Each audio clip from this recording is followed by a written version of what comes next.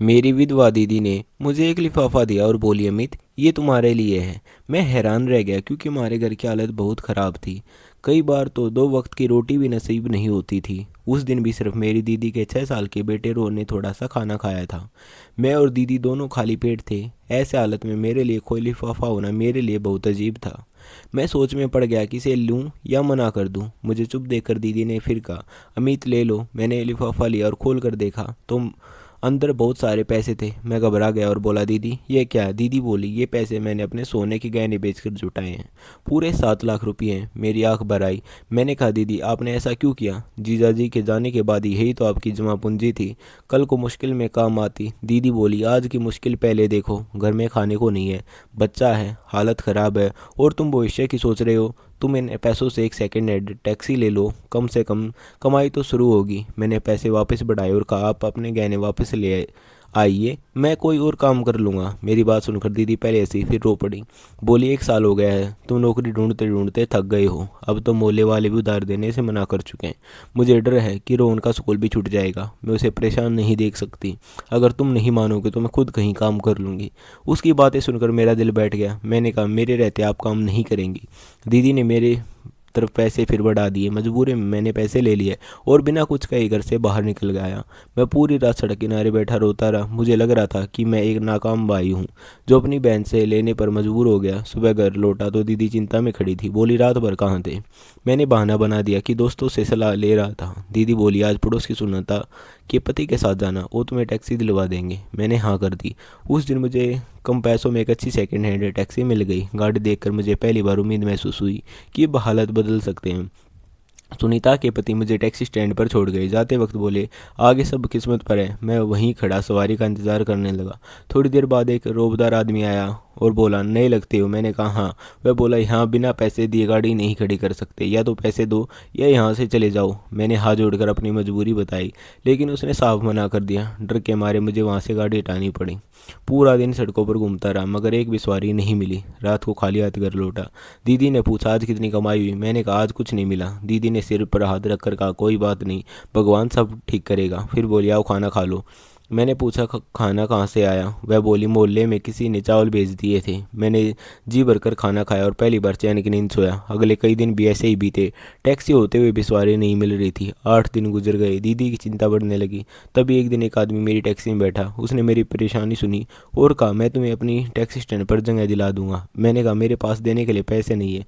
वह मुस्कुराया और बोला, इसे मदद कहते हैं। उसी दिन मेरी किस्मत बदलने लगी। मुझे लगातार सवारियाँ मिलने लगी।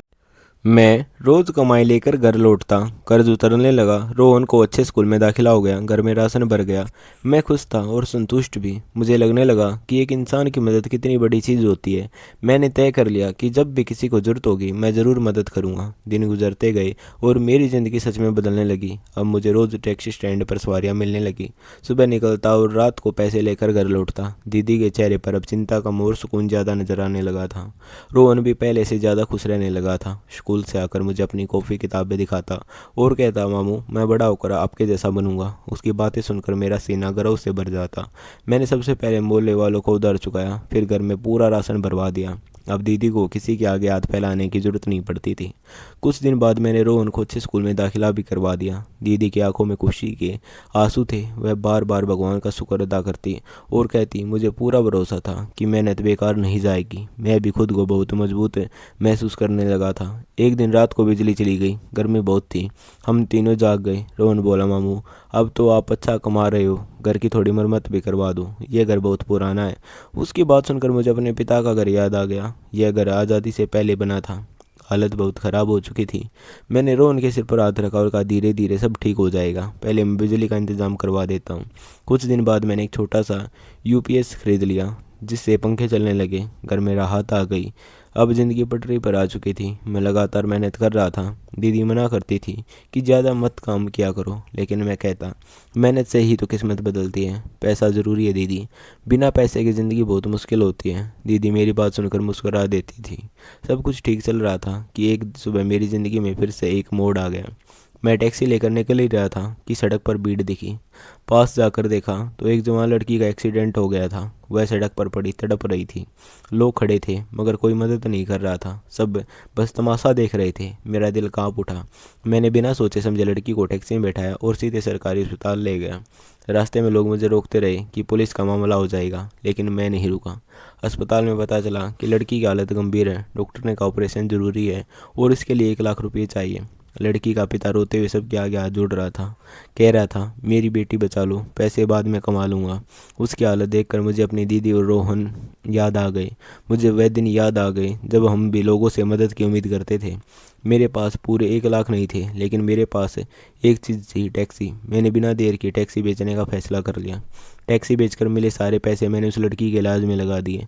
ऑपरेशन शुरू हुआ, मैं अस्पताल में ही बैठा रहा। शाम तक ऑपरेशन सफल हो गया।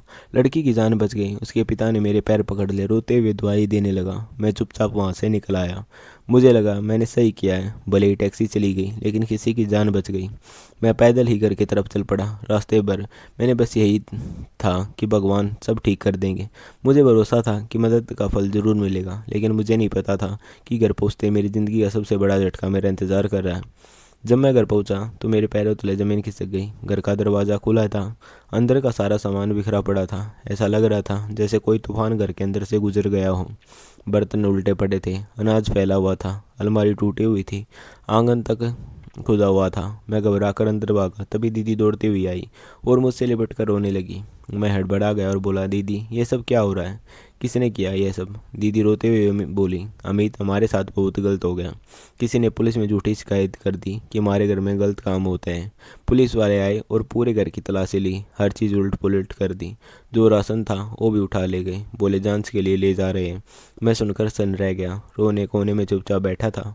उसके चेहरे पर डर साफ दिख रहा था।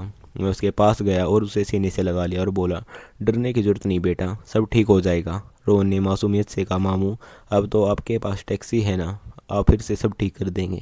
उसकी बात सुनकर मेरा दिल टूट गया, क्योंकि उसे क्या पता कि मैं टैक्सी बेच चुका हूँ। रात किसी तरह बीत गई। सुबह दीदी बोली, अमित आज काम पर नहीं जाओगे क्या? बिना कमाए हम खाएंगे कैसे? घर में तो कुछ भी नहीं बचा।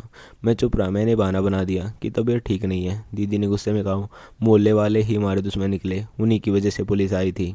जब मैं बाहर निकला तो मन बहुत भारी था। पूरे दिन कुछ भी काम नहीं मिला। शाम को खाली हाथ लौटा तो रोहन बोला, मामू मुझे बहुत भूख लगी है।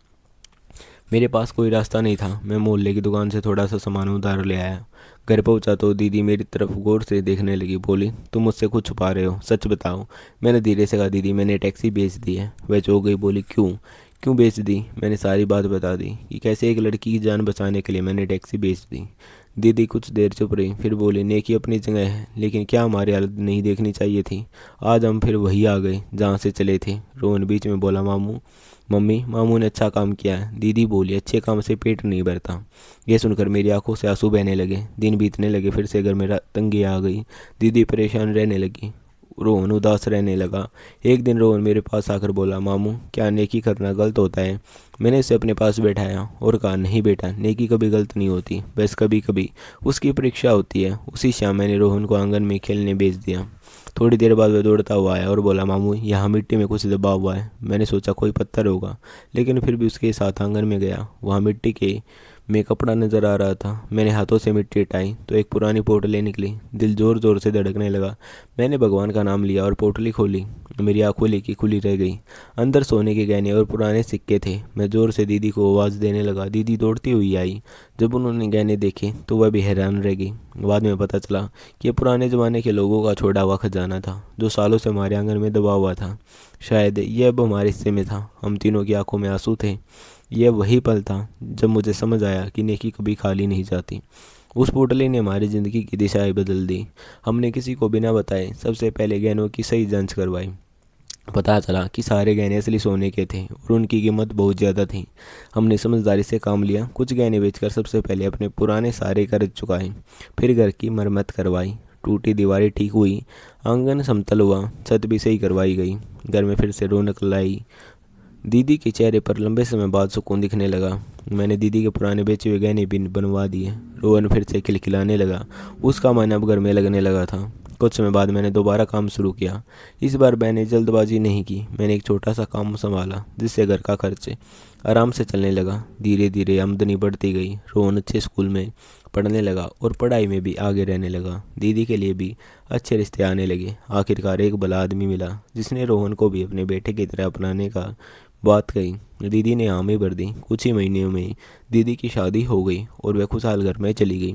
जब विदाई का वक्त आया तो मेरी आंखें भर आई, लेकिन दिल में सुकून था कि वह सुरक्षित है। कुछ वक्त बाद अम्मा अक्सर मेरे पास बैठकर कहती थी, अमित, हमारे हालत जो बदले हैं वो तुम्हारी वजह से बदले हैं। अगर तुम उस दिन मदद न करते तो शायद आज भी हम भूखे रहते। तुमने अपनी हैसियत से बढ़कर मदद की थी, इसलिए भगवान ने भी हमें हैसियत से बढ़कर दिया।